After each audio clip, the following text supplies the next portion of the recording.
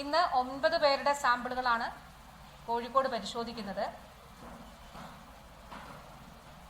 ഈ പോസിറ്റീവ് കേസിൽ നിന്ന് സമ്പർക്ക പട്ടികയിലുള്ള 4 പേരുടെ സാമ്പിൾ തിരുവനന്തപുരത്ത് ഇന്ന് പരിശോധിക്കും.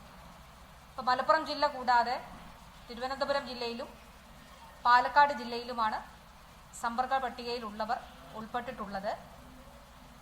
തിരുവനന്തപുരത്ത് 4 പേരും, അതിൽ 2 പേർ പ്രൈമറി കോണ്ടാക്റ്റ് ആണ്, 2 പേർ സെക്കൻഡറി കോണ്ടാക്റ്റും.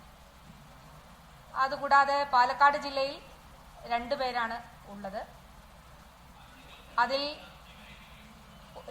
ഒരാൾ ആരോഗ്യ പ്രവർത്തകയാണ്, ഒരു സ്റ്റാഫ് നേഴ്സാണ്, മറ്റൊരാൾ ആശുപത്രിയിലെ സെക്യൂരിറ്റിയാണ്. അങ്ങനെ ജില്ലയ്ക്ക് പുറത്ത് നിലവിൽ 6 പേരാണ്. 4 പേർ തിരുവനന്തപുരത്തും 2 പേർ പാലക്കാട് ജില്ലയിലുമാണ് സമ്പർക്ക പട്ടികയിൽ ഉള്ളത്. അപ്പോൾ ഇന്ന് രാവിലെ വരെയുള്ള കണക്കനുസരിച്ച് 350 പേരാണ് സമ്പർക്ക പട്ടികയിൽ ഉള്ളത്. 350 പേർ. അതിൽ ഹൈറിസ്ക് പട്ടികയിൽ ഉള്ളവർ, ഹൈറിസ്ക് കാറ്റഗറിയിൽ ഉള്ളവർ 101 പേരാണ്. 68 പേർ, ഇന്നലെ പറഞ്ഞതുപോലെ 68 പേർ ഹെൽത്ത് കെയർ വർക്കേഴ്സാണ്.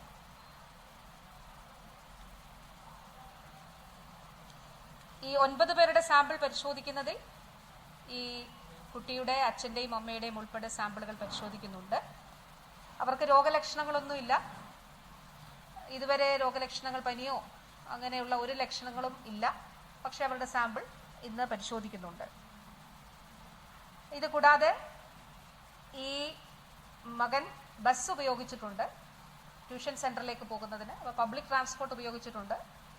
ആ പബ്ലിക് ട്രാൻസ്പോർട്ട് ഏത് ബസ്സാണെന്നുള്ളത് ഐഡന്റിഫൈ ചെയ്തിട്ടുണ്ട്. RTOയുടെ കൂടി സഹായം തേടിക്കൊണ്ട് CCTVയുടെ ദൃശ്യങ്ങൾ കൂടി എടുത്തുകൊണ്ടാണ് അത് ഐഡന്റിഫൈ ചെയ്യുന്നത്.